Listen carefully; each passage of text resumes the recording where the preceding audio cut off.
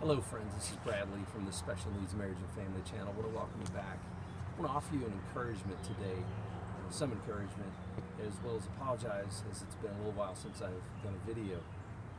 But as this COVID crisis continues, this is really what I want to say to you, for those of you that have special needs children, and that is you're doing better than you think you are. As I've gotten older and a number of retreats that I've done, I tell people this when I've done segments on parenting, and I've learned two things. One, I don't know as much about parenting as I thought I did, and two, when Caden came along, everything that I thought I knew went out the window. And the reality is, for some of you, I know for me, during this crisis and stay-at-home orders especially, the constant nature of having to be engaged and full on has just made me realize that sometimes there's just really no script that we have to go by. There's parenting principles and there's strategies, and just frankly, sometimes those don't work with special needs children.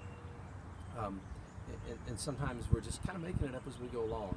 And the reality is, we're doing better than we think we are. And I want to encourage you with that today.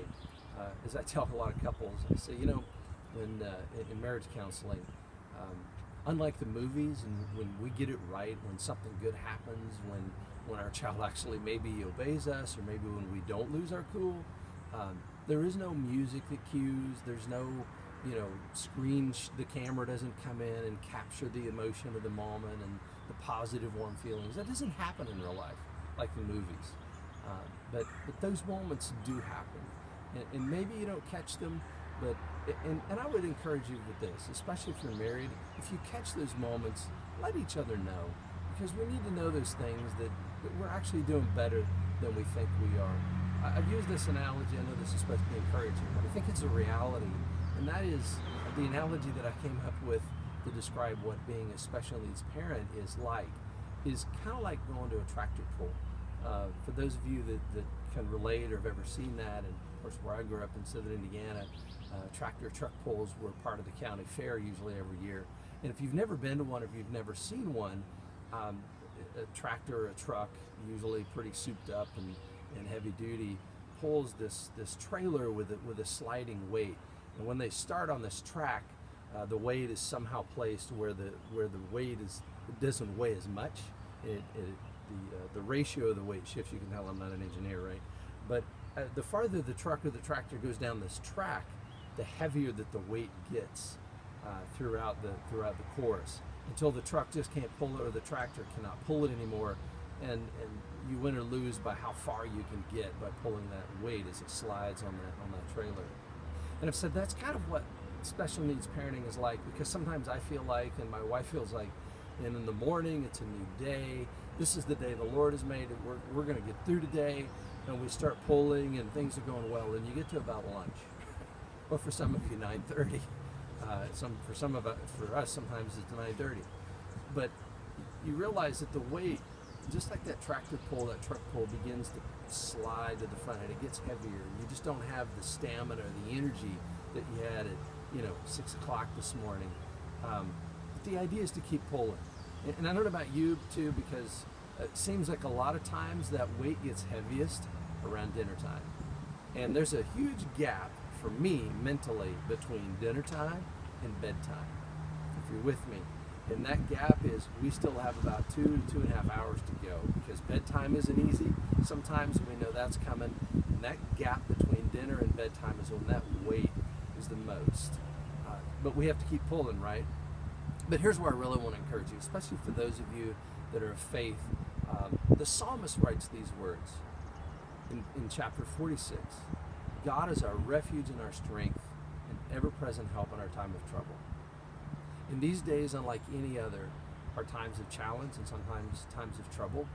And the real application of that verse takes me back to 1999, when I went to airborne school in the United States Army. I had just come on active duty, and I was in an airborne assignment, and that was the first thing that I had to do, was to go to airborne school to be qualified to jump out of a plane. And I went to Fort Benning, Georgia. One of the hallmarks of airborne school are pull-ups. And the Army, the instructors there, you have to have some upper body strength.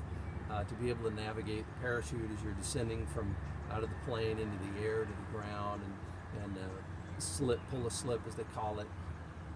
And pull-ups are how the Army makes sure that you have the strength necessary to make that happen. But one of the things that happens in pull-ups, especially in training, in physical training, or PT as we call it, is that we would line up. It's just like the movies. We'd all be in lines, and there would be all these pull-up bars, and everybody jumps up to take their turn, and I think we'd have to do 10 or 12 pull-ups, which doesn't sound like a lot, but if you're not used to doing them, that can be pretty challenging. But everybody would jump up to the pull-up bar, just kind of like a Full Metal Jacket, although I promise you I didn't get yelled at like that. But you jump up on the pull-up bar, and you do, I remember the first few times I would do, 7 or 8 or 9 or whatever it was, and I just needed to do 1 or 2 more, and it just gets weary and tiring. But with pull-ups, the trick to doing pull-ups is to not let go.